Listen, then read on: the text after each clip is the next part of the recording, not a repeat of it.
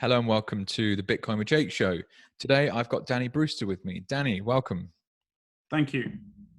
No worries. No, it's great to have you on.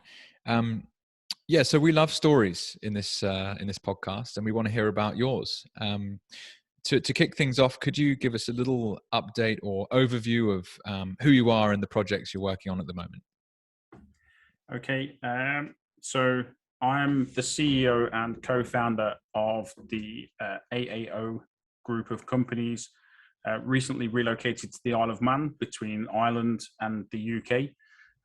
Moved the businesses here. We operate fastbitcoins.com and Freehold.capital as well. We are also in the process of launching another brand, but I don't really want to give too much away about that at the moment. So we've my personal journey in Bitcoin started end of 2011, early 2012. It's probably one of the more complex stories in Bitcoin, to say the very least. So it's brilliant. Well, that's what we're here for, Danny. Let's get into it. So we'll get into the companies that you're running, I think, a little later down the line. So let's go to 2011 and a bit of context, please. So where were you in the world? What were you up to at the time? And what was it about Bitcoin that was exciting or interesting when you came across it? So when I discovered Bitcoin on some remote blog, I couldn't even point to exactly where it was, but it was either a blog or a forum, and I had my hand in pot, so I had to literally switch my mouse over. I just remember it very clearly, a time where I couldn't really work or do anything because I'd broken a couple of bones in my hand. So it was all in pot and just reading, just like sleuthing the internet. And previously I'd worked for HSBC and another bank in the UK, which was ultimately acquired by Santander. It was Abbey National. I was the youngest ever employee straight out of school.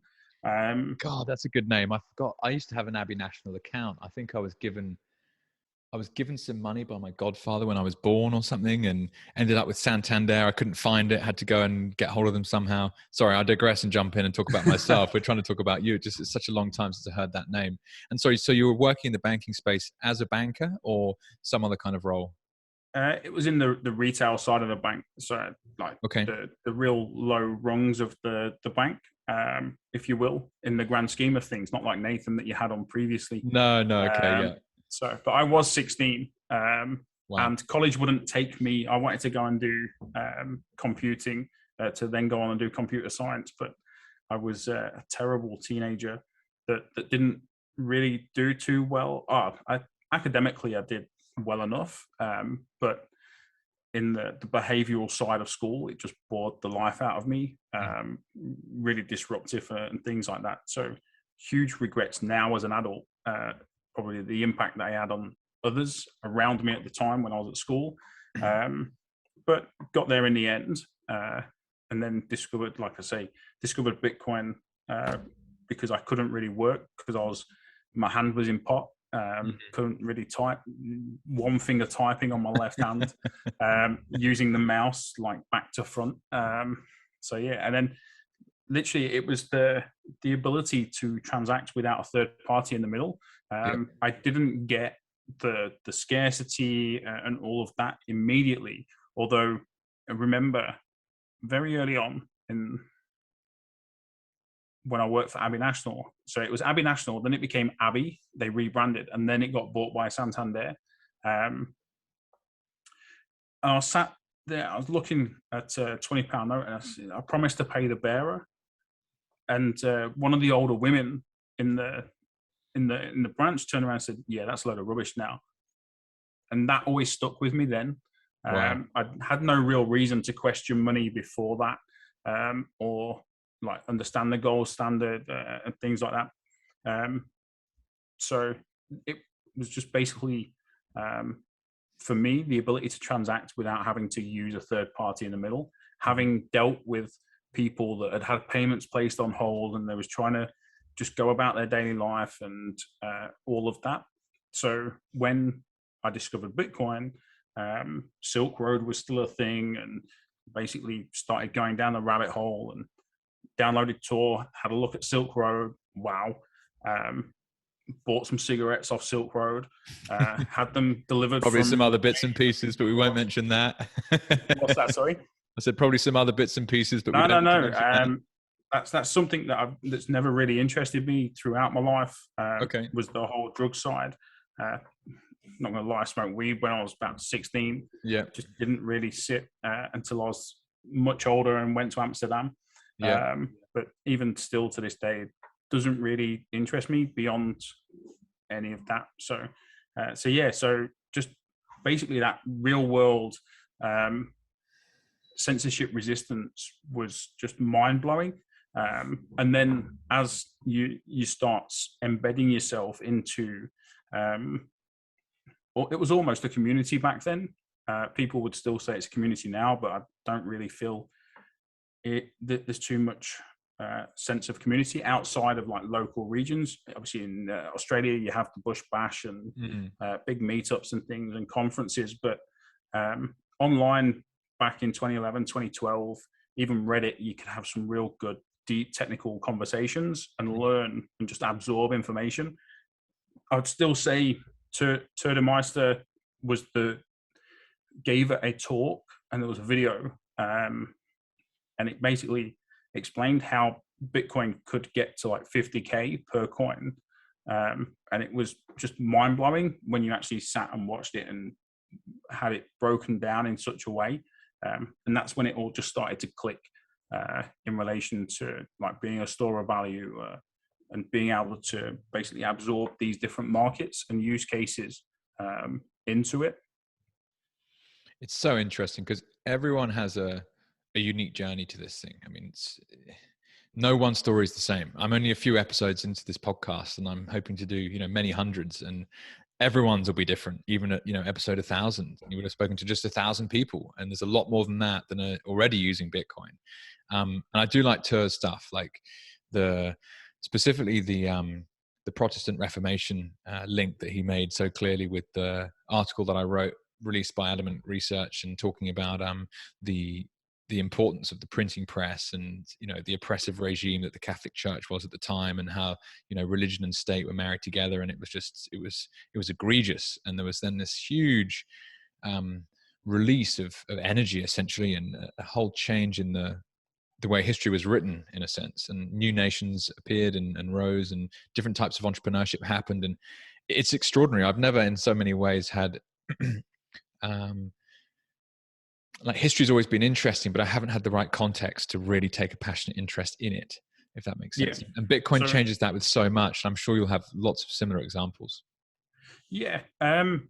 Although that video that I saw of Tur giving the talk or presentation was nowhere near as articulate as that article that was then released. Became. Interesting. So I have a little bit of history with Tur, but I have nothing but like admiration and respect for somebody that saw it and got it and understood it. But he was looking at Bitcoin through perhaps a different lens to a lot of people at that time, and that is the one thing that sticks in my mind that was like flicking a switch for the value of Bitcoin. And then there was also the added benefit of like the run up to, I think it was like $14. Whoa. And then it crashed back down to like less than $1. And that also kind of gave me like my first cycle, if you will, of earning the crash stripes. But it was like, damn, it really can go up. So wow, Danny. And so basically a decade has gone by since this particular period. Now today, here we are in 2022. I'm sure so much has happened since then. Could you give us a rough recap on what happened after that point? So you're on a niche website, your hand's broken, you're sitting around doing fuck all, and suddenly you read about Bitcoin, and then you come across Tur's video, and it's compelling. Like, what was the ecosystem like at the time? I mean, today there's so many educators out there. It's just different ball game. So could you give some context to that? So there was, it's like chalk and cheese. It's like two different worlds. And actually, when I was sat on a bunch of cash in the bank following like an inheritance around that time, and I remember just buying on an exchange in the UK that was called Intersango. It was run by Ami Ataki, and it was run from like an office squat in London. Like they had faster payments, so easy transfer and buy some Bitcoin, withdraw it to my Bitcoin wallet. Like running my own full node, as everybody did then, on my laptop, and just taking about 7 days to sync, because Bitcoin D wasn't the best back then at syncing and doing the initial block download, withdrawing those funds, having them custody, and it's like, oh wow. And then started like finding like other places where people were doing like peer-to-peer trades, so just basically brokering, buying on selling Bitcoin on these like forums and things like that for a premium, and just rebuying from Intersango at market rate, using faster payments, just basically trading that way, and just arbitraging between the peer-to-peer aspect and the exchange. And then in the middle of 2012, I got a phone call from my daughter's mother. We'd separated, and she'd married somebody in the RAF, and she said, we're getting posted to Cyprus. So there's two British forces bases in Cyprus. The RAF is based at Akrotiri. So after the initial "you're not taking my daughter" shock, I rang her back and said, yeah, I'll move over, so we can maintain the relationship. It's an opportunity for her. So they moved over. A couple of weeks later, I sold everything up and moved over myself with my partner at the time. And we basically just continued trading Bitcoin, like OTC, for a few months. And then the bank bailing happened whilst I was there. Wow. So, and then just sitting around with people that I'd met, there was people that had like literally just sold a house to downsize. They had a bunch of cash in the bank to retire, haircut. So they had to go back to work and things. It was insane. And at one Danny, point, am I right in thinking that people had cash in the bank in Cyprus, and anything over maybe $500,000 or something, the government just 100,000 euros. 100,000 euros? Yeah, just talk us through that, because it was a wonderful example in how egregious government can be in the world of finance, and is, if anything, just a brilliant use case for Bitcoin. So what happened exactly at that time? Okay, so what was actually happening was people were borrowing from the Cypriot banks at a low interest rate, investing that money in Greek bonds, and then when Greece started defaulting on their debt, the payments stopped. So did the payments in the Cypriot banks to repay the loans that people had taken out. So basically just leveraging the interest rate differences between borrowing in Cyprus and investing that capital in Greece. And then when Cyprus needed to be bailed out by the IMF and the Troika and everything, and the ECB, they said, you're going to have to recapitalize the banks with depositors' funds. So the original proposal was 8% of everything over €1,000 would be like taken from depositors' accounts. Wow. A lot of people went crazy. Like, these are meant to be insured. So you're meant to have like the 100,000 or 85,000 euro insurance. That was kind of just out of the window. And then the president basically said they'll burn everything down if we actually do this to people. So it would have impacted everybody.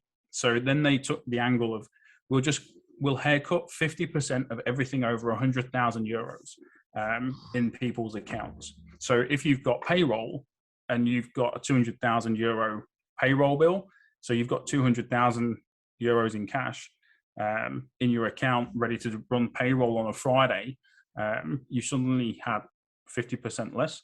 Wow. So, 50,000 less. So it was a lot of businesses and a lot of people that was like mid-house sale, where they had large amounts of money or cash in the bank. The whole thing, they tried to spin it as an angle of, we're going to tax the Russian money that's sat in the Cypriot banks. Yeah, of course, yeah. But all of the Russian money, and also, funnily enough, the politicians and their families' money all moved to Malta in the weeks before this. Wow. Wow. So yeah, it kind of sucked. It's and they was given just madness, isn't it? When you hear they was given like worthless shares in the banks that were non-profitable and needed this to happen. So, and at the time, being a Bitcoiner, I was like, Bitcoin user, like not affected.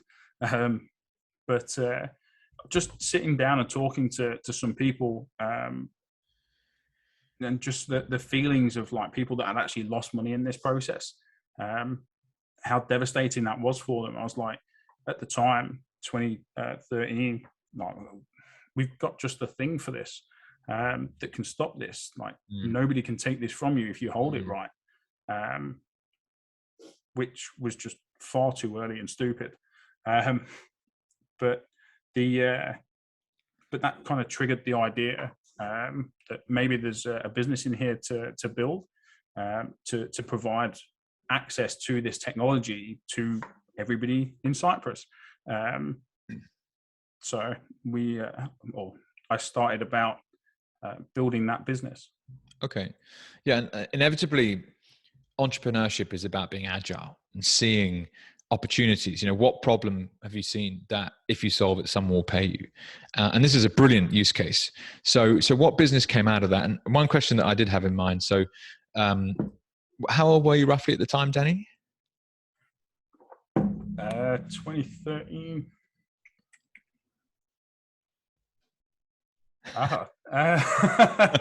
Simple maths. It's an early start. What was I? 27. Okay.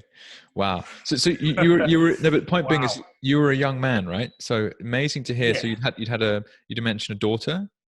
Yeah, I had my daughter at 21. Wow. Did you really? Bloody hell, mate. Good effort. And of course, like, no one can predict what life is going to do. And we just have our best crack, right? And if it doesn't work out, it doesn't work out. But then managing the fallout of that, what a tough time that must have been. And to pick yourself up and get across to Cyprus, that would have been immensely challenging, I'm sure. And to then I lost my mother in between at that as well. Yeah, I lost my mother at 23 to motor neuron disease, which is ALS. Wow. I'm so sorry to hear that, Danny. It's part of life. It's the hard part. That and like losing loved ones and pets. Pets get you more than you think.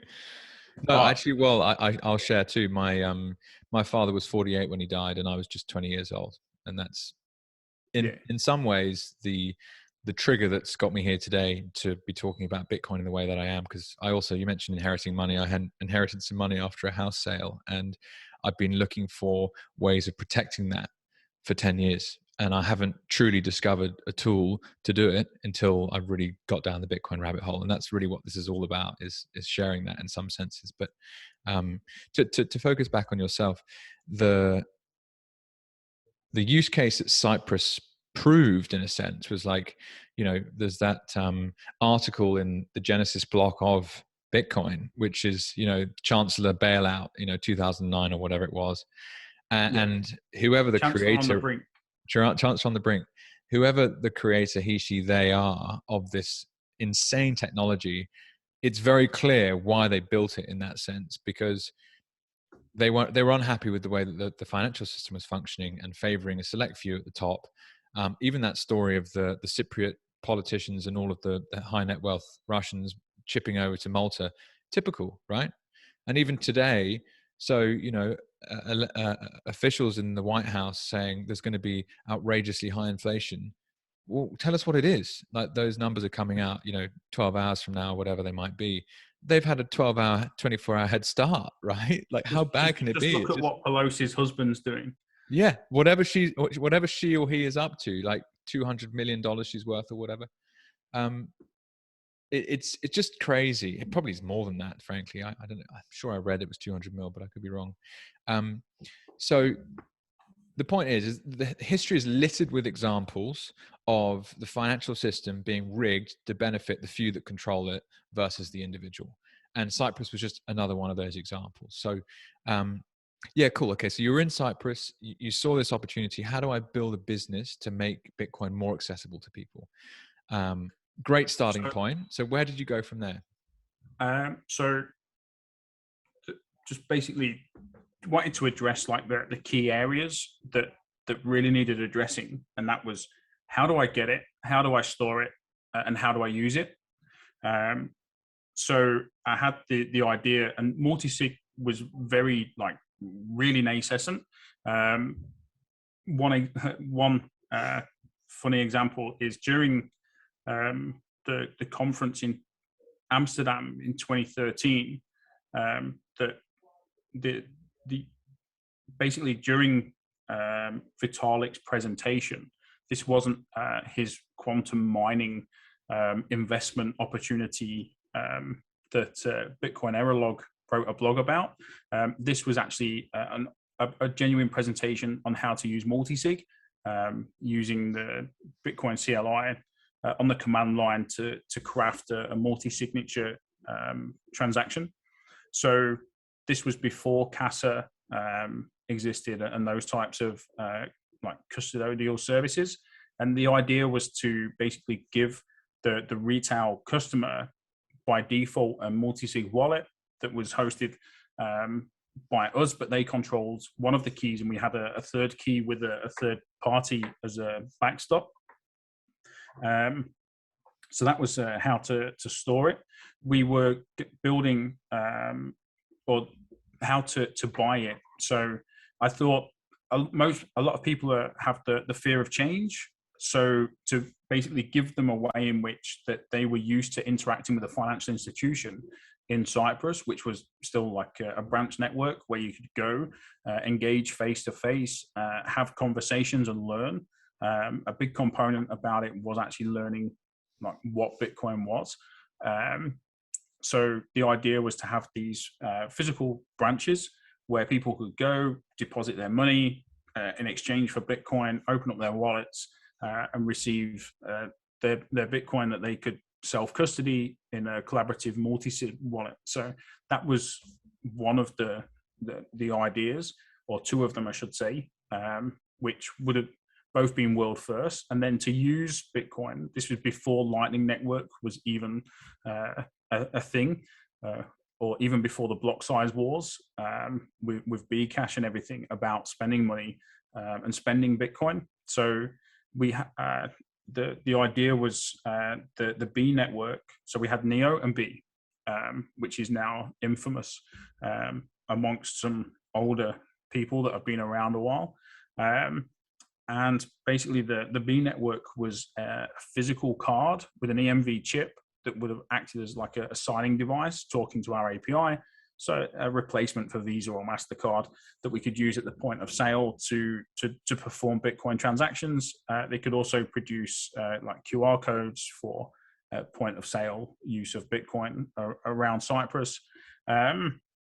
We were 2 weeks away from having McDonald's have these POS devices so you could buy a McDonald's. It's taken, let's say, nearly a decade further along for this to actually now be a thing in like El Salvador on Lightning. Longest 2 weeks ever.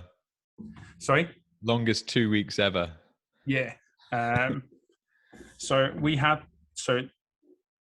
there was like one family that owned the rights to the franchise of McDonald's in Cyprus.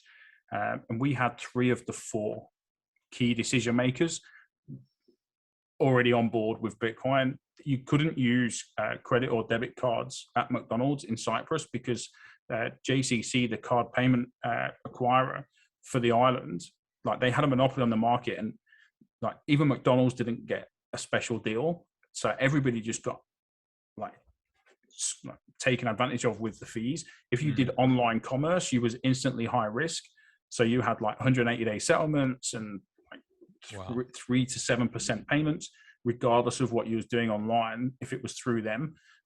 So you couldn't buy a Big Mac using Visa or MasterCard at that time in Cyprus. So we was saying, oh, you can accept Bitcoin payments at the point of sale, 0%, it's instant. Like we could do zero conf transactions and things.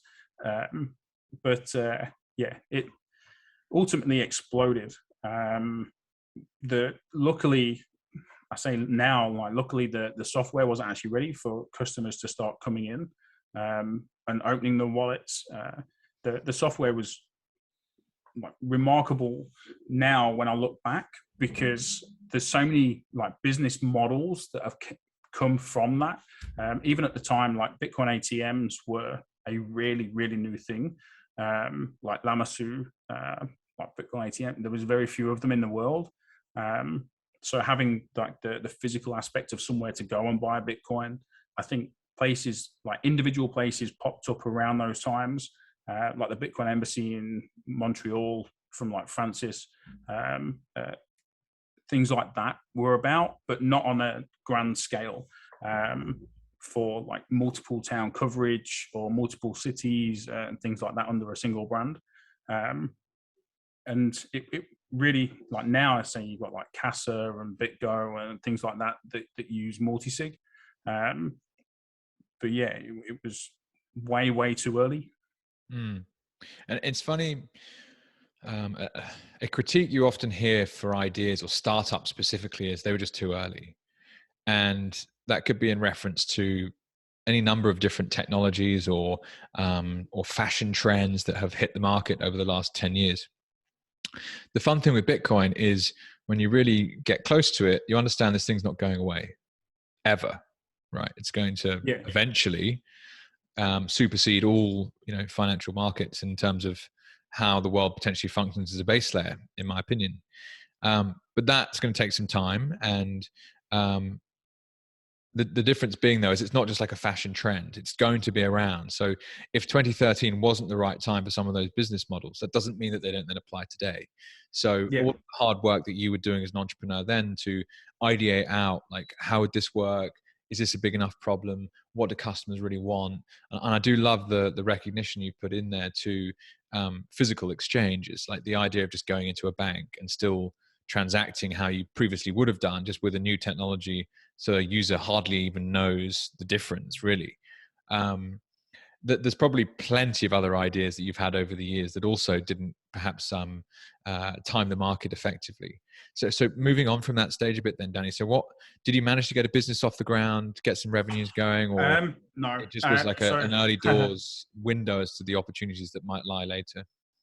No. So the biggest mistake, or second biggest mistake I made, was I raised capital for it from within the Bitcoin space at the time.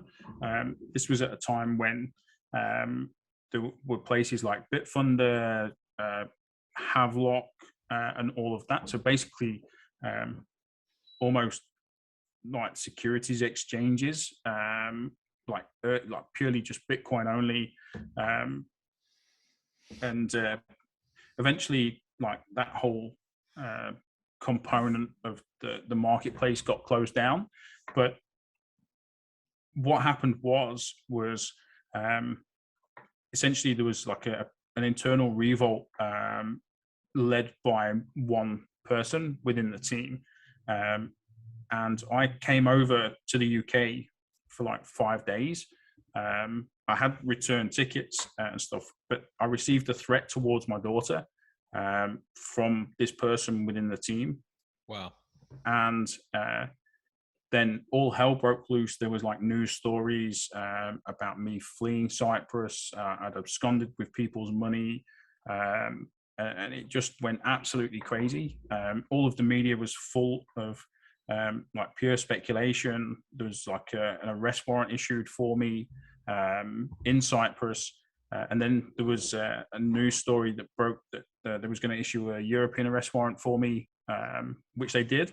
And I basically had to stay silent throughout it all, which just left room for like rampant speculation as to what had happened and things like that. In some respects, I didn't handle it the best way possible. But then in other respects, I didn't go to jail for crimes I didn't commit.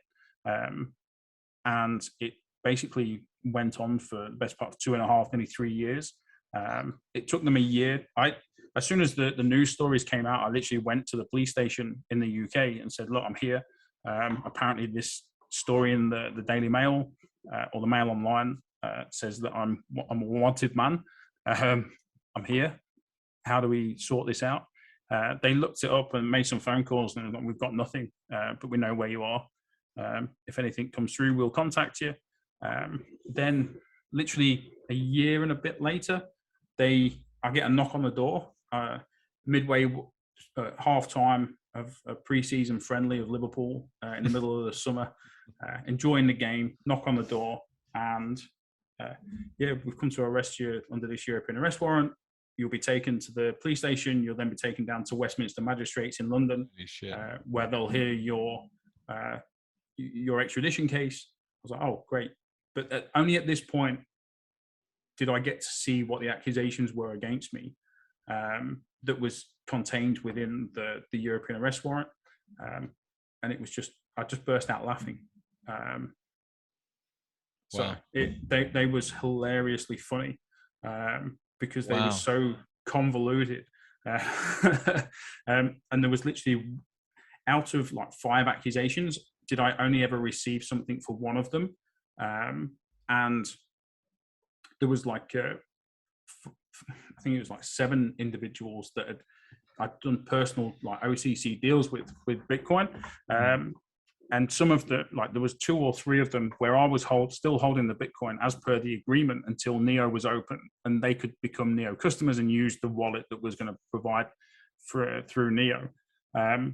So basically, as soon as everything crazy happen, I contacted these people directly and said, look, if you provide me a wallet address, I'll send you them. So I organized all of that, with the exception of one. It was a builder, and he didn't have the technical competency to take delivery. So I said, what I'll do is I'll just buy them back from you. I'll organize the funds to be paid into your account for the original deal. Like, the Bitcoin price had dropped at this point. I lost out on the deal. But fortunately for me, I had 2 receipts of the deposits to his bank account. But within the warrant, the only thing where I actually received anything was around his coins. So he'd been told to make the complaint that I'd not delivered the coins. But then the Cypriot police, funnily enough, wasn't aware of that deposit being made, despite my legal team telling them and the Crown Prosecution Service in the UK that we had the receipts to nullify this and the proof to nullify that accusation. And it was the only thing, the only accusation in the warrant that gave it any weight was theft, which I clearly didn't do. Everything else was geared around contracts and wording in contracts that I had apparently written. But luckily for me, I've got a lot of emails. I don't really delete them very often. And the big one was basically a contract named a company within the text of the agreement, and it had LTD on the end, so a limited company, as if it was incorporated. But at the time of the contract, that company actually hadn't been incorporated. So they said to me that I was misrepresenting the deal by stating an incorporated company. So that is fraud. That is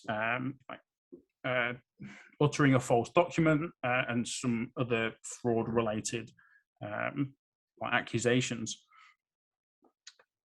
But this is the reason why I laughed so hard, was because I didn't actually write that contract. And I remembered the contract because I received it from the person that made the accusation against me. And I literally sent it back with comments on those parts, basically saying this isn't correct because this isn't incorporated yet. But they tried to represent it as me trying to deceive somebody. And I was just like, this is what I'm dealing with. Like, this has destroyed my reputation.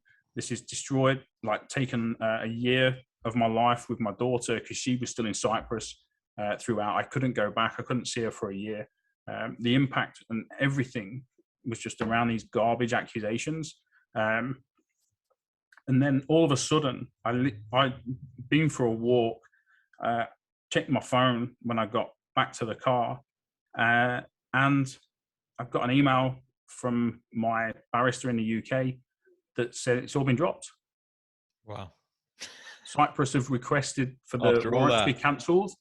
Yeah, Cyprus, like, and they was willing to extradite me. It was going through the court process. The CPS in the UK didn't care about any of the illegitimacy or the falseness of the claims. All they cared about was, is this warrant valid?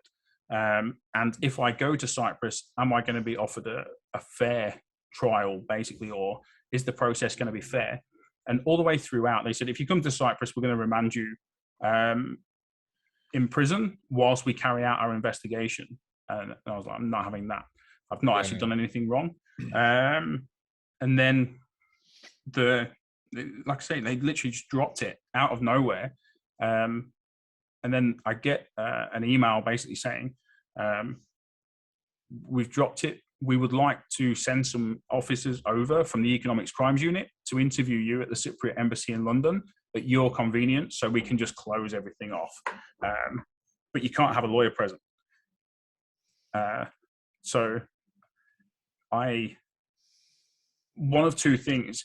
One, now if they ever try to extradite me again, I've got proof that they won't give me my legal rights in Cyprus because they're willing to do that.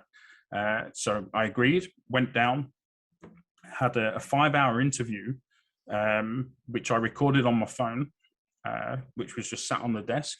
So I've still got that recording. And by the end of the interview, I asked them, so what would you do if you was me? They said, see these people in court, if they've cost you, which was essentially millions of dollars in value and my reputation and everything. So it was, a challenging time. Wow. I made a whole bunch of mistakes. Obviously, I hired somebody into the team. I've got emails from other team members, and there's people that was working for Neo in Cyprus that work for me today or work with me today. Some of the biggest backers of Neo, met them in person. They came over and they backed the new company that we've built. So I forever grateful to them for actually like showing that faith in Awesome. me to see beyond the headlines and hopefully like repay them going forward. But that's why we're now called like AAO, which is against all odds. We're still standing, still fighting, and still building. I love that. So I mean, so many questions, Danny. What a challenging time that must have been. You mentioned towards the end there that you made a bunch of mistakes. What do you think you've learned from those mistakes? So I always love this concept of, as we grow older, oh fuck, how old was I then? Trying to remember back. But I feel comfortable at night when I go to bed if I think I'm, I don't want to use the word improving, but growing is probably a better word. You made a bunch of mistakes. What did you learn from those mistakes going forwards, and how did you incorporate those into your future businesses or relationships? So at the time that the company collapsed, I think was paying around about 120,000 euros a month for software developers. So there was a point in time during, like, at one point I had a curfew, so I was electronically tagged, so I couldn't leave the house, and my bail conditions and things. And I just thought to myself, where have I expended the most amount of resources in the last 10 years of my life? And it was between lawyers and software developers. So I really considered doing a qualifying law degree. The law does kind of interest me. I do have a bit of a grasp, but obviously not to the level of a lawyer that charge far too much money because they can. The other one was actually building something. I used to hack bits and pieces together. I remember having like a premium rate telephone number that people at school could message and receive the ringtones on the Nokia 3210s. I hacked that together using my modem and my desktop PC and stuff when I was like 13, 14. Things like that. So I'd always had that interest. And then, so I got back into just writing some code, developing little projects, and just finding that love and passion for writing code and creating things myself. So, and then basically started building out what would become Fast Bitcoins. We had a POS device, so we could go after the Bitcoin ATM business model. And actually, I've got one right here. Awesome. So just basically started writing code and built a minimum viable product myself. So I would say having that and the technical competency to be able to do that, and the understanding of Bitcoin and working with Bitcoin, like hacking stuff together and prototyping stuff to show what I mean, and just doing it myself. I lost a lot of trust in people, and there was like Obi from CoinFloor. I sat down and spoke to him for hours at a conference, like this, the second conference I'd been to since everything went crazy. Not about personal safety and stuff, but you don't want to go somewhere and just be like shouted out of the room because everybody thinks you're a scammer or what have you. But I even if their hate is misplaced and stuff, I don't get any of that now, or if I do, it's very, very little. But I sat down with Obi and he was like, if you're going to actually build this out and launch it, you're going to have to start trusting people. I was like, damn, yeah. So that's when I reached out to two of the people, my co-founders, that had backed Neo, and said, look, this is the idea. What do you think? And sorry, Danny, just briefly. So Neo, was that the brand name of the previous company that you tried to set up? Yeah, Neo and B. Clear. All right. Yeah. And so inevitably, I like the phrase "make failure your friend." I've also had some failed startup projects, and fuck, it hurts. It hurts so failure, much. Not an explosion, but make failure your friend. Yeah, don't be afraid of failure. It's one of those things. It's really easy to say, but to do is immensely hard. Like, it's emotional, and you lose money, and you lose some relationships, and you come under immense strain and stress, and oh fuck, it's intense. But out of that comes, a bit of fight, against all odds. What a great name for a company. I love it. And so, okay, so with Obi, because I was a CoinFloor customer before they rolled into Coin Corner, and had followed a bit of his stuff online. I don't know him myself, but he was an inspirational character at the time, was he? And helped you really think about where to go forwards, or? I like to say it's give and take with me and Obi. Okay. So it took me 2 years, but he got to being Bitcoin only eventually.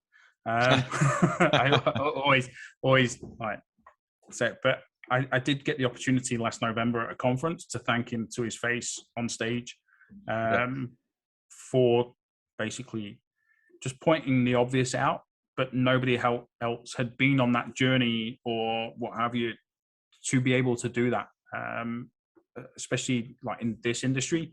So I was coming off. So my record was coming off the back of being like the fourth biggest villain in Bitcoin in 2014, just ahead of Warren Buffett and just below Mark Parler's in the villains list, to actually trying to build something. And to this day, I could have just put somebody else up front and had a back seat, and nobody would have known anything. But I think appreciating the the journey, I should do more of. To this, if I'm going through due diligence of anything for anything financial or anything, or investors for the business or anything, I literally have a document that's called I'm Not a Criminal.pdf, that is basically a breakdown from the head of police in Cyprus, basically saying I was never charged with a crime, which I haven't been. I'm completely wow, so it's all noise. Clear criminal, yeah. But it's just all of the media articles and things. Yeah. Google have started removing a lot of them. But just from like a due diligence perspective, it's like, so this is who I am, and this is a component of like the background, but this explains it.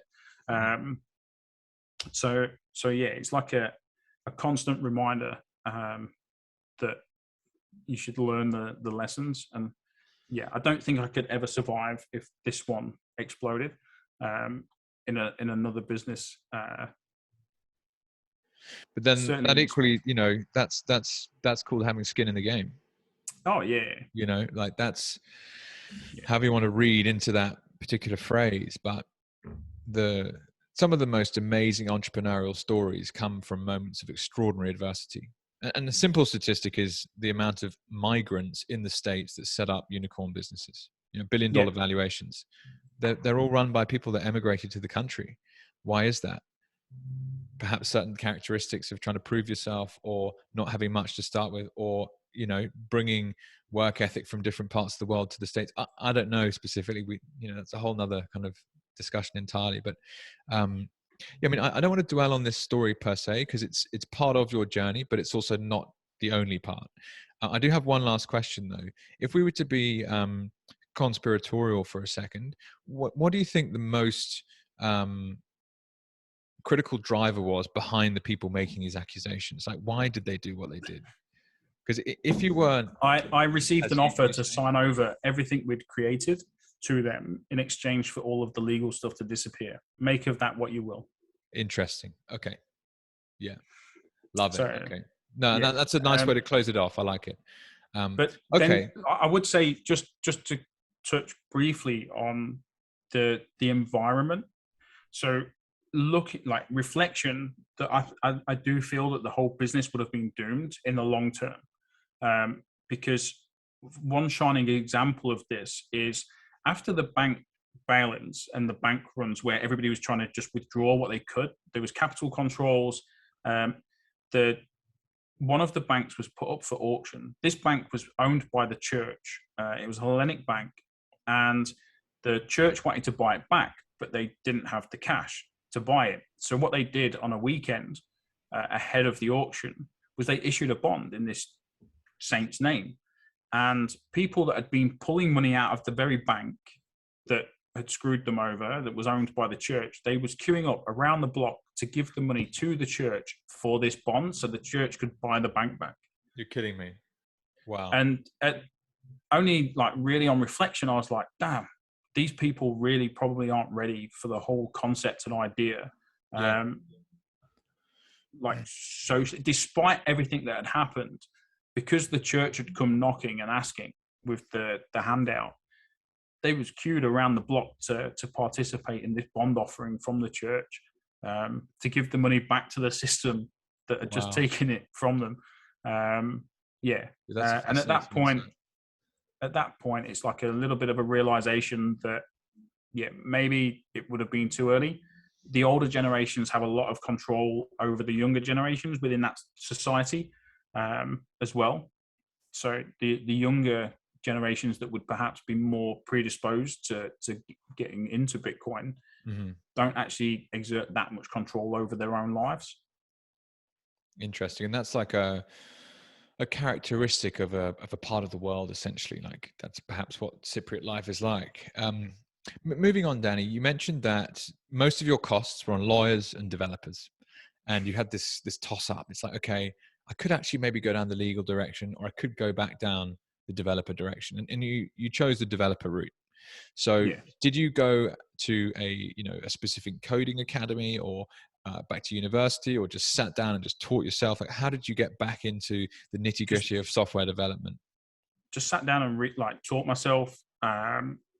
Just basically, I would have said, just following tutorials, learning the reason why. I'm naturally inquisitive. I'm ENTJ, if that makes much difference to many people. My Myers-Briggs personality type. So naturally inquisitive, want to know how things work, and like a bit of a commander, if you will. So it's like a natural fit. Plus, I also understood, not saying like Peter Woolley or anything like that, but I also understand Bitcoin and how to use it and what it can be used for, what it can't be used for. I've seen plenty of lessons being handed out by Bitcoin itself over the years to see what works and what doesn't. And I just absolutely love getting into the nitty gritty and making things work and figuring out why they work in certain ways and how can we improve that. So yeah, just basically taught myself how to code by playing around with different projects, and then ultimately trying to build a proof of concept, and then basically just extrapolating from there, and just literally wrote the front end, the back end, all of the compliance aspects, the physical POS device, the software that runs on that, the software that manages the devices so we can update them and stuff. So yeah, just basically built it myself, just through trial and error and iterating. One thing that I would say is, I think I'm genetically predisposed to having a stupid work ethic. I'll struggle to find people that are willing to work longer and harder than me. I've literally slept on this floor behind me so many times already. Why is that a stupid work ethic? Because it like everything, it comes with trade-offs. Family, just see. Okay, yeah. Sorry. I thought you were referring to like a health, like a no, family and health, obviously crucial, absolutely crucial. Yeah. Don't get me wrong. No, I thought you were referring to like the work smart kind of phrase. Like, working. Do you know these like 4-hour work week stuff? I don't know how anybody could ever build. I've tried to read that book a number of times and I've never been able to finish it. So that probably says it all. Wow. Maybe there's some really smart, efficient people out there that can build in 5-hour days or what have you. That I'm just obviously not smart enough. So I just need to hit that nail with the brute force. Danny, if I could step in for a moment, I actually don't know many people that would sit down, self-teach themselves to write code, write the front end, the back end, a physical hardware device of a technology company, right? That's basically exactly what that is. That is the MVP. It does surprise a lot of people. That's not a stupid person. So you shouldn't be so self-deprecating, my friend. It's an amazing piece of ingenuity, and that's what I love about humans. We're very, very, very. I used the word at the start, like, what was it? Agile, in a sense. So like entrepreneurs, they see these opportunities and they make them happen out of nowhere, and it's such an interesting thing to witness happening. So let's dig back into that a bit. So what is the initial use case that Fast Bitcoins was looking to solve? So during the 2017 bubble, I was seeing Bitcoin ATMs charging like upwards of 25-30% fees. And for me, Bitcoin ATMs was always kind of interesting because it allows people to get in without having to share all of their info or to engage with like I did, like engage with a shady company that had no real reputation. It was being run from an office squat. The only reputation I knew was that of Amir Taki, and the business into Sango. And I just not wired them, but used faster payments to send them money electronically. Could have easily like screwed me over or what have you. And just having an option where people can get a little bit of Bitcoin, because to see how Bitcoin works, I think And when you first receive it or you first send a transaction, that for me is like a light bulb moment. And then obviously when the price does its thing, that can also be another light bulb moment for many people, to trigger that interest to know more about what it is that they actually buy and own. I think it's much more difficult in today's day and age because you've just got all of the shit coins that are just being constantly marketed. You sign up for one of the most common exchanges, and the first thing that you're presented with is like 500 different things to buy. Yeah. Yeah. Oh, and then you've got unit buyers to overcome, and all of that. Which is and huge. Casinos. I mean, why would you spend your 10 grand on not even one Bitcoin when you can buy like a million gazillion fucking God knows what? Yeah. And this can go to 50,000 like Bitcoin can. And there's a reason, a big reason why I've never ever built anything on anything other than Bitcoin. So I mined some Litecoin really early on, but sold it at the $43 peak, thinking I was a genius. In 2014 or 2013, around November time, I think it was. Sold the last of my Litecoin, and then I've just been completely Bitcoin only since then. Everything else is just noise and a distraction away from Bitcoin, and purely like gambling and speculative. So just for me, it was just solving this problem of getting a little bit of Bitcoin in people's hands. And then, so we did that by having this POS device. So merchant locations didn't have to have this big like floor space filling that cost like 10 grand. And then you had to manage the cash, and they break down all the time, and they're easy to steal. Or we've seen a lot more of places getting broken into to have the Bitcoin ATM smashed up to steal the cash from that's inside of it. Or if it's the dumbest criminals, they're trying to break in to steal the Bitcoin from inside of it. So it was just to go after that market with the business model. So we could do like cash transactions at like 4 or 5%. At the time, we didn't have to KYC every customer because there was low amounts, and it didn't fall within like there was no fifth money laundering directive. And we was also like the world's first company to allow delivery on the Lightning Network.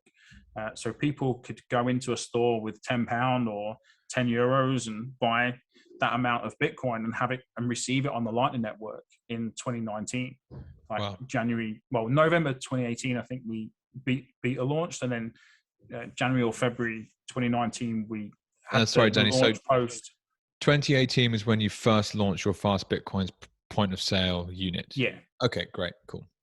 And then and then we had Lightning integrated into it then, and at that point you could also do Lightning payments at the point of sale at the device. So just to walk through for the let's say less Bitcoin educated that might be listening, I walk into a store, I've got my mobile phone, I want to buy some Bitcoin. There's a Fast Bitcoins unit in, this might be like a newsagent's or a supermarket or a petrol station or whatever. What happens next? So at that time, you would just ask for £10 Fast Bitcoins voucher. The device would print out the voucher. You could then go to the fastbitcoins.com website and redeem that voucher, and you'd put in your delivery information for your wallet or for your Lightning channel, or you get to provide a Lightning invoice, and we'd just deliver across either the Lightning Network or on chain. Okay, great. Awesome. Simple. Yeah, really simple. And okay, and so that was 2018. So talk to me a bit about how that's grown over time. So like all entrepreneurial projects, it's really interesting to see what kind of traction you actually get when you put something out there. So was it immediately obvious that this was going to be an interesting business model, or did you have to iterate a bit from there? We had to iterate a bit from there. So my original idea was to basically make it as low barrier of entry, because we had a business to business component, which was onboarding merchants to offer this. So we gave them credit accounts, so they didn't have to put anything up front, and things like that. So we'd just invoice them after like every 2 or 3 days. We'd send them an invoice and get settled. So that introduced like a credit risk exposure for us, which didn't get abused much at all, but there was a few which was really annoying.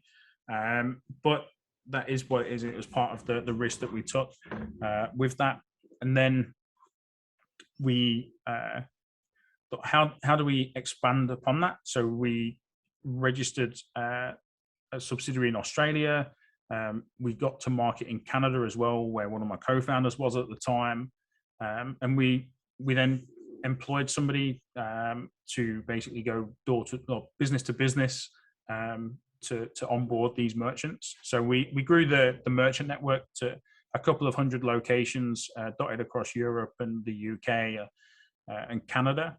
And then in Australia, we took the decision that we would offer like online payment solutions. So just like bank transfers through like poly payments and things. And recently added direct debit, so people can dollar cost average using direct debit in Australia. But then COVID happened, and when we was planning the business, didn't foresee every retail location pretty much across the world being closed. And at the same time, the Fifth Money Laundering Directive came into effect.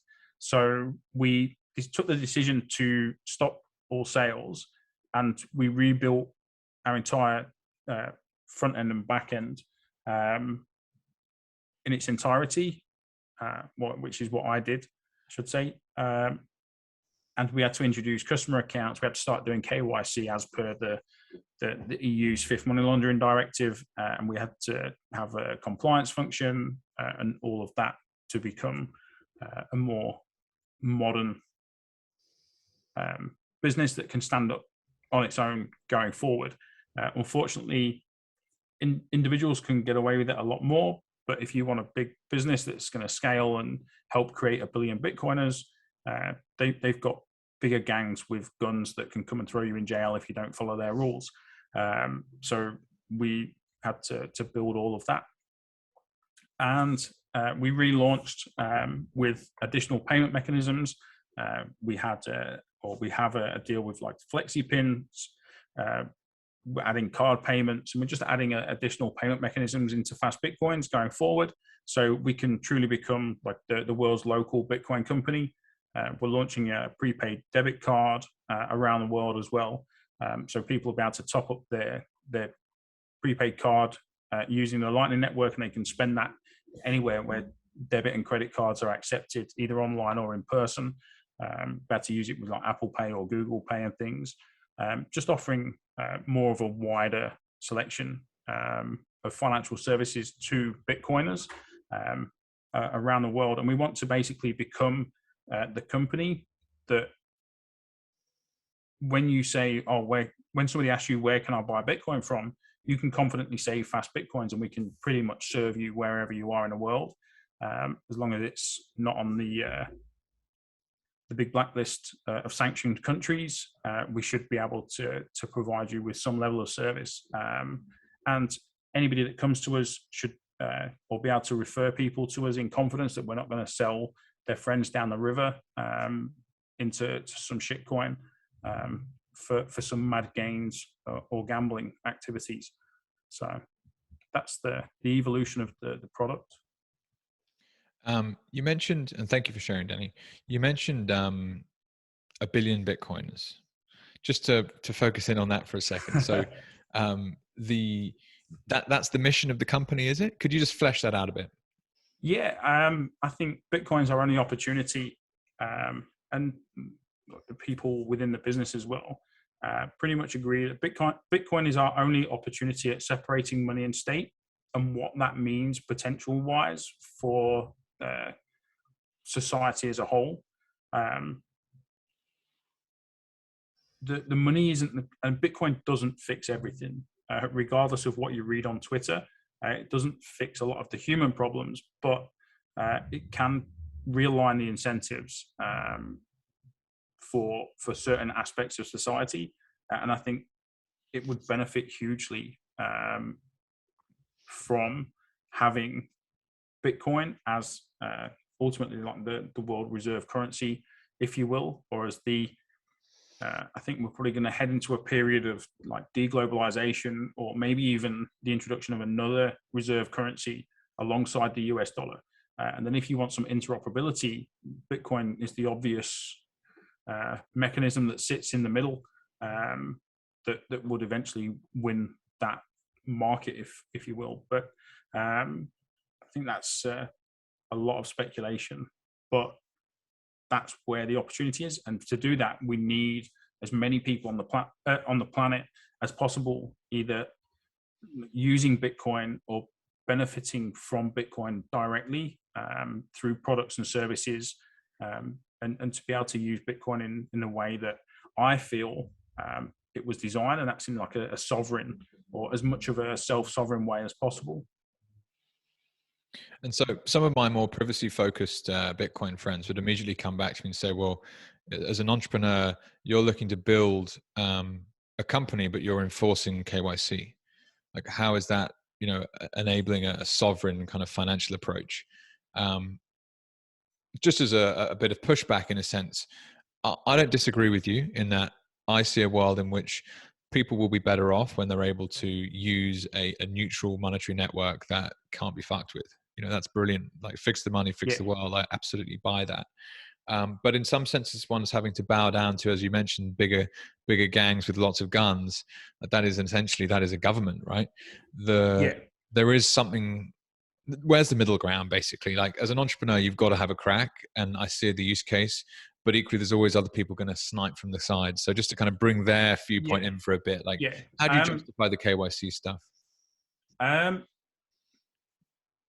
By proactively pushing back against it. So like, a lot of the noise from the sides comes from people that aren't actually operating, or if the one thing that I say to them is, go and build it. Go and build the no KYC solution that can like provide a pathway. I will be your biggest fan. I will be cheering you on. I would probably support you in that endeavor to do that. If I see it as a workable and scalable solution to the actual problem. So the thing for me as a business owner that has to do this is, like, I've got a family to support. Like, do I use Bitcoin as a Trojan horse and see it entering society and having an impact that way? Or do I go against the grain, drop my already well exposed activity in Bitcoin, develop a NIM, and start trying to solve that problem? There are people that are trying to do that with things like Bisq and HODL and the people that build that and the people that operate it on it. So a big component that I say with regards to like the whole KYC solution is, and some people do trade in a way on, say, Bisq, where they offer bank transfers. So if you're accepting a reversible electronic payment that somebody can later on call up the centralized entity, the bank where they and you've already KYC'd yourself to accept that payment, or the payment provider, then you're going to have to. This happened like all the time on local Bitcoins. If you want to buy from peer to peer using your bank account, you've got to prove that you own the bank account that's sending the funds. So you've got to KYC to these individual people. So you've now shared your personal information, or a lot of the time shared your personal information with a whole bunch of individuals that you've chosen to do, and they've got no governance over what they do with that data. They could be absolutely sound and destroy it like within a week or what have you. Great. Or it could be being used maliciously. Now, that's not as a justification. That's just a real world example of where, because as soon as you start accepting payments from people that don't provide this information to you to prove it, they're going to literally call the bank, or it is going to be somebody using somebody else's bank account, and then you're going to end up on I think it's the SIPS list, which is basically like a fraud list. So every time you go to a financial service provider, your name gets pinged and they won't provide you with an account because you've got a history of fraud on your account with a previous, and you then have to go and spend 2 years trying to get yourself removed from this list. And you've created 0 new Bitcoiners in the world. The only other exception is doing peer-to-peer in-person cash trades, which then also carries a physical risk.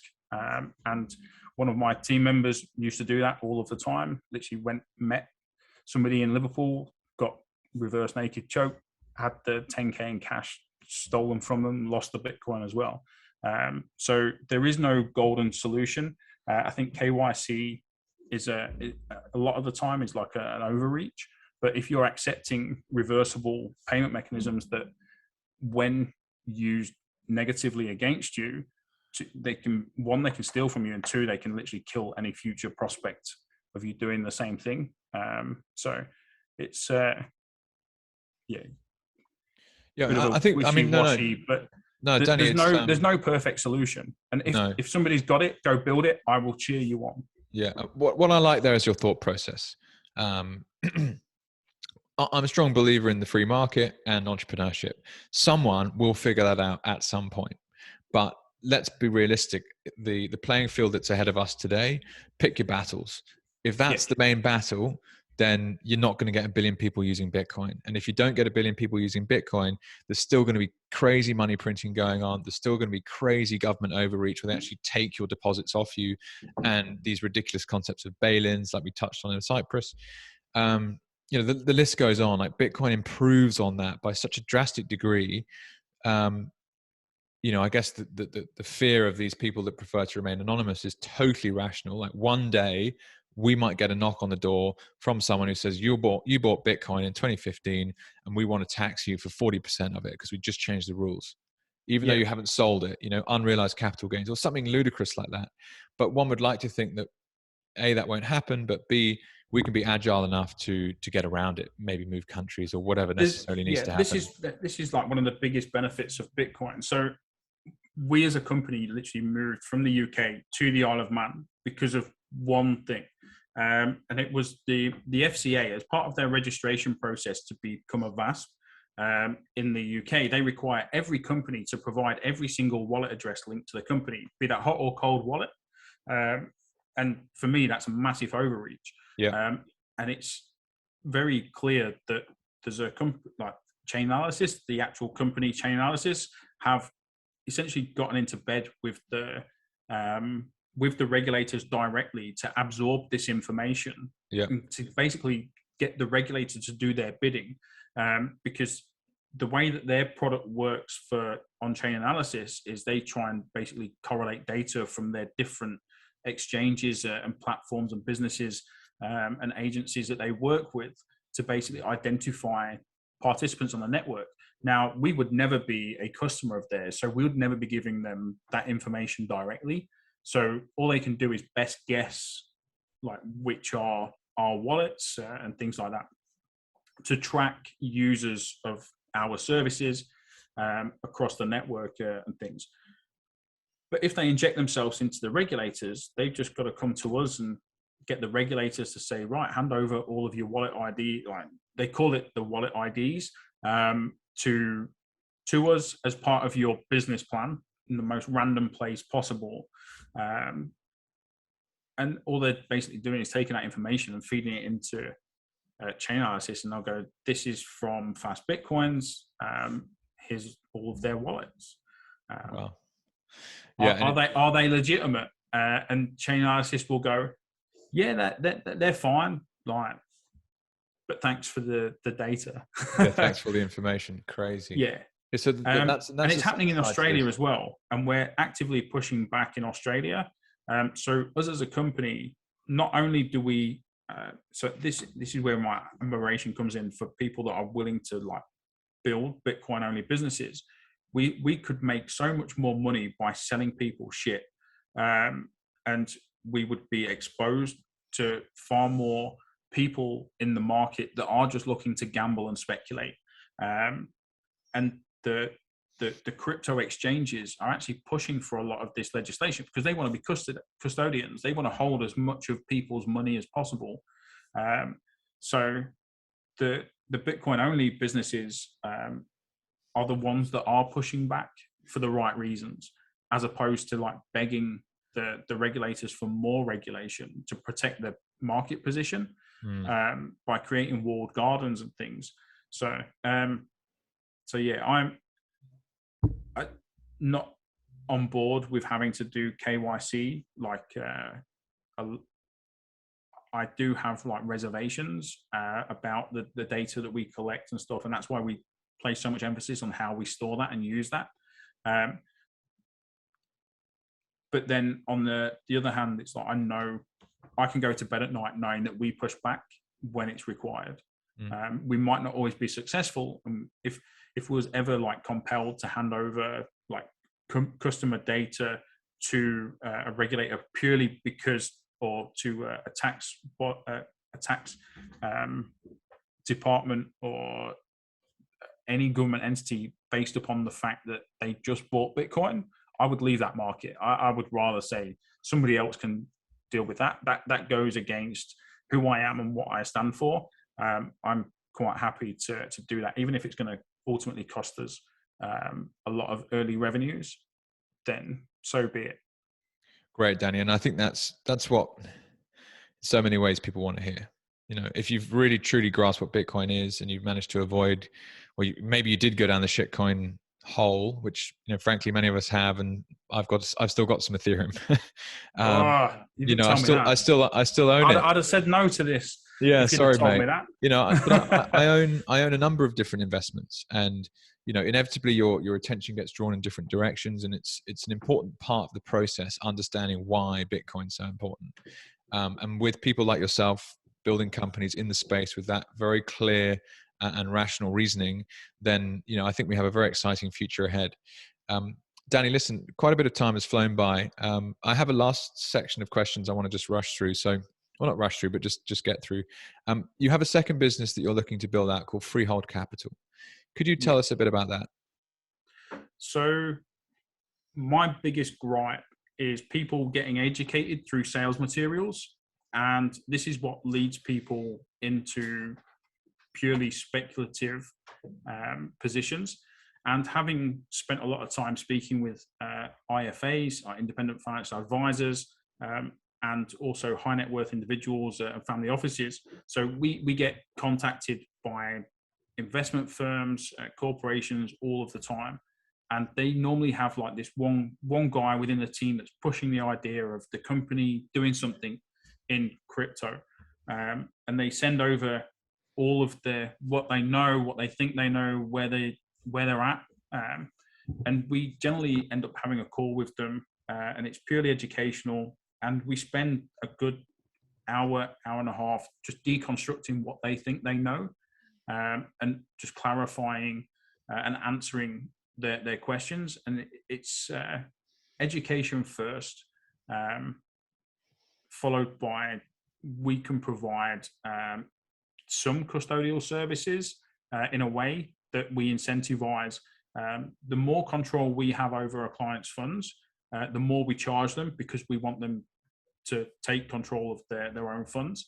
And we're also building out a lot more in the custody suite using what's now possible with Taproot and TapScript and Schnorr signatures and signature aggregation.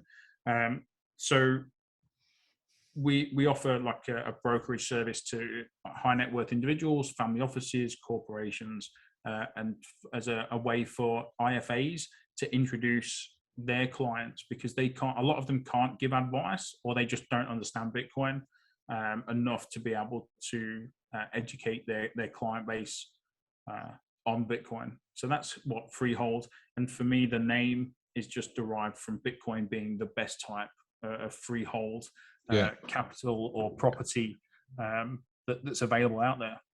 It's the best asset you can possibly own from a property rights perspective. I mean, come and get it off me. Like, how are you going to get it? It's such a, you know, you're one Bitcoiner of millions, and it's not going to happen. At least touch wood, that's not tempt fate. Yeah, and if you see people, if you see the government or some people within society trying to attack other people, Bitcoin, you've got the capabilities of flight, Yeah. so you can take that to where you're going to be treated better. Yeah. Like we have with the regulation and everything here. And actually, that's a nice little segue into how's life in the Isle of Man? Have you enjoyed the move there? Yeah. I'm probably the biggest salesman of the island for the government here, for like telling people specifically Now you Bitcoiners. explain why the regulators aren't all over you, because you're promoting the island so well. I You've wish done an that was inside true. deal. I wish that was true, but I'm a little bit brash, or probably more outspoken than a lot of people that deal with the regulators, which I probably need to work on. But to be fair, it's great. In the UK, people started stealing people's dogs and things. Not that anybody would be stupid enough to try and steal my dogs, but just like the degradation of society over there, and the low crime rates here. The kids over here. They go out. It's beautiful. The air is fresh. All of the beef is grass fed. The milk tastes better. The cheese tastes better. Even the butter is like the best. So yeah, it's a much more relaxed way of life. If I have 5 cars in front of me, I'm in heavy traffic, and it annoys me. I'm already an islander. If I have to go all the way up to Ramsey, that's a long way. It's literally about 12. It's about 8 miles. Wow. So yeah, it's a blueprint that I think we'll see more and more of, Danny. Frankly, where that phrase you used earlier of "go where you're treated best." This is one of the first times, or arguably the first time in history, where an individual can own an asset that's something they can ultimately just store in their head. If you actually remembered your seed phrase, you could go anywhere in the world, write it down, put it into a wallet, and you could fucking get your money back. It's just nuts, right? And that ability, it's not getting your money back. It is your money. Sorry, yes, good definition change. So, and you still have the key to the vault, essentially. Yeah, your money's not gone anywhere. You were just able to move somewhere physically, and it remained in the ether, up there in the digital ecosystem. And I think that we'll see entrepreneurs like yourself doing this more and more, right? Going to places that they're treated best. And I love the way that you've talked about your life, in a sense, like the food you're eating, the air you're breathing. Like, these are actually incredibly fundamental parts of our lives that arguably for too long have gone forgotten, right? How do I feel? Oh, I'm fine. Going at like 400 miles an hour for 10, 15 years, fucking knackered is what you actually are. But you just don't feel anything because you're trying to keep I'm still up with tired.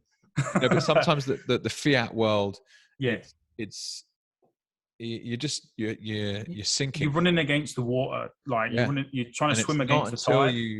You understand that you own something called sound money, hard money. This is just revolutionary.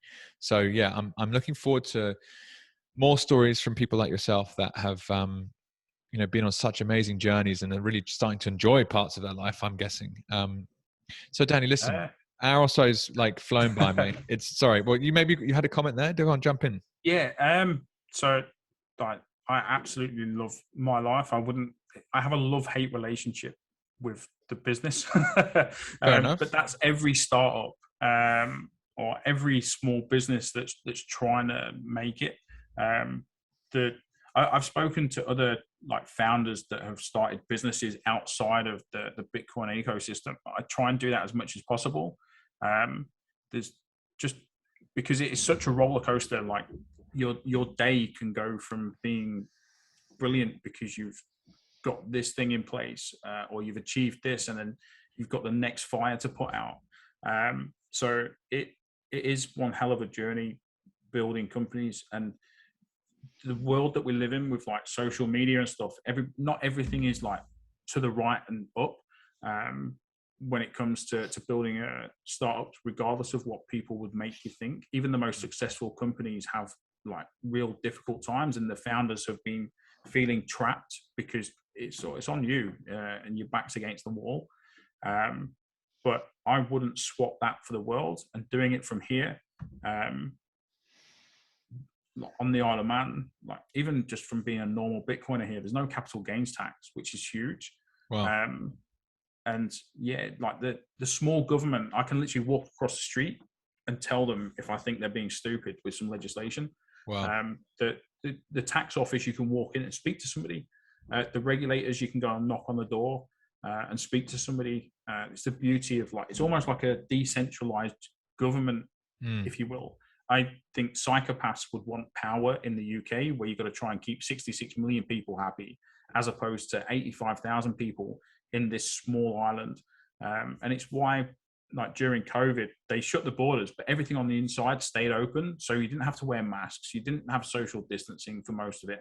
Yeah. Restaurants was open, businesses was open, people could go to work. And it was like one of the big benefits and reasons why we moved over here, was because of this type of environment. I mean, you're absolutely right and thank you for being so honest. Like, most people would give you a bit of a sugar coated, yeah, everything's fine, but actually Oh sometimes your God. business fucking drives you mad, right? Yeah. For some reason, the example that sprung to mind was actually Amazon in what must have been roughly 2000, post the dot-com crash, and they'd lost 80 or 90% of their value in the stock market. And there's an amazing Jeff Bezos open letter to his customers talking about, or his shareholders saying, like, basically, don't fucking worry. All of our metrics are improved. Like, we're selling more shit. We're building faster fucking supply chains. We're getting more and more people signed up to our platform. We're absolutely fine. Don't worry about it. Yet his company was 20% of the value it was a year before. Yeah. You think, Oh wow. yeah. I mean, imagine Funnily that enough, kind of thing, I just finished listening to Amazon Unbound or Unbounded, right? Okay. which is a lot of the internal stories. Wow. And it did actually mention that about I didn't panic, or to quote Jeff Bezos, was I didn't panic because all of the internal metrics were just up and to the right. They was just all heading in the right direction. But on the stock market and the public market aspect, it looked like a crisis. But he was cool as a cucumber. Yeah. The funny thing as well, I spent years in what I now consider to be the kind of conventional startup space, and we were looking at using artificial intelligence or blockchain or any other kind of modern software tool to basically automate the back end of insurance businesses, banks, shipping companies, you name it. And what, in hindsight, I realized we were being trained to do was recreate digital monopolies. And we were being put through technical programs or tech accelerators, whatever you want to call them, and build the next Google. And Amazon was a company that was often mentioned. And, Bitcoin teaches you in so many ways that, like, the world doesn't need to be completely unfair. And so rebuilding walled gardens like an Amazon, which is just become this absolute beast with all sorts of stories of, employee misbehavior and driving costs and completely screwing the high street, mum and pop shops and all this kind of stuff. That is the free market functioning in some ways. So you just got to let it go. But I'm interested to see, like, the philosophies of people like yourself and the companies that are going to build in 10 years from now. I'd be surprised if they look like that, if that makes any sense. I think one of the biggest, like, fundamental shifts that we're doing is, people might take it the wrong way, but we have previously seen issues with payment fraud where people are using ID documents that have been dumped from, like, a database that's been leaked or something.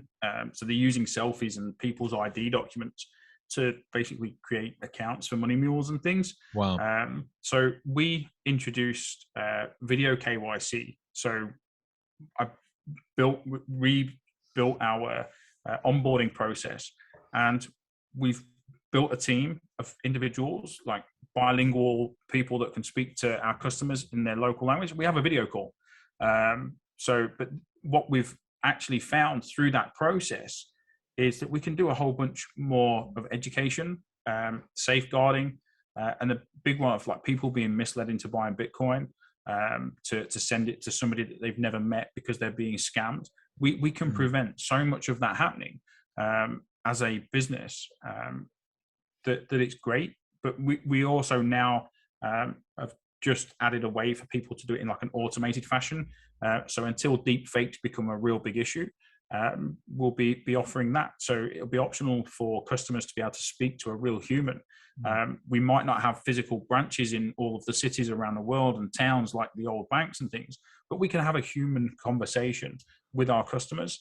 And to be fair, it is really, really well received by the customers that go through it, especially if they're just getting into the Bitcoin rabbit hole and they are just trying to acquire a little bit to use it. Our team will like go through that process with them, and it is making a fundamental difference to our customers' experience.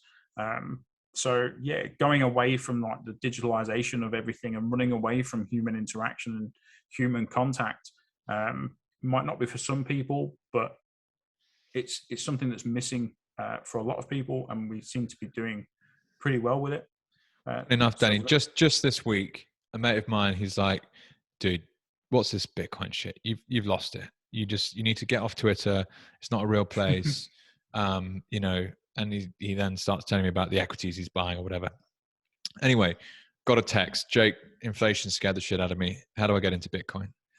And you're like, great, okay. Some of what I was talking about must have made an impact. But I love the idea of sending them somewhere with more of like concierge service. And I think that's a great opportunity. And the feedback you're getting already, I'm sure, is very evident of the or good motivation to carry on. Well, listen, Danny, that has absolutely flown by, an hour and a half. Thank you so much for sharing all of that. It's been great to get to know you a bit better. I hope one day we get the chance to meet in person. And I'm coming your way next year. I'm to Melbourne? No, I'm kayaking and paddleboarding around the Whitsundays. Okay, cool. Yeah, so it's like 100 kilometer. Yeah.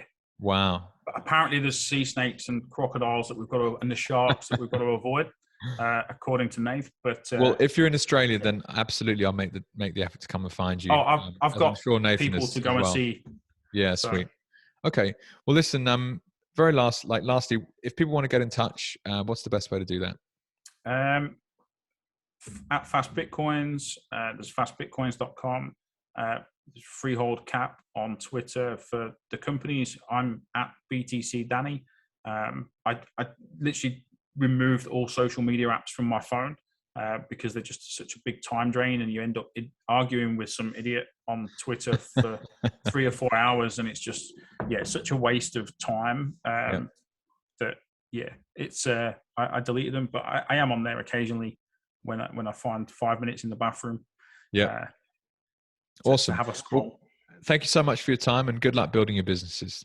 No, thanks a lot, Jake, and good luck with this podcast. It's great so far. Thank you very much. Hopefully this maintains that. No, mate, this is what I'm after is good, real stories, and that's exactly what you gave. So thank you so much. Great. Thanks a lot, Jake.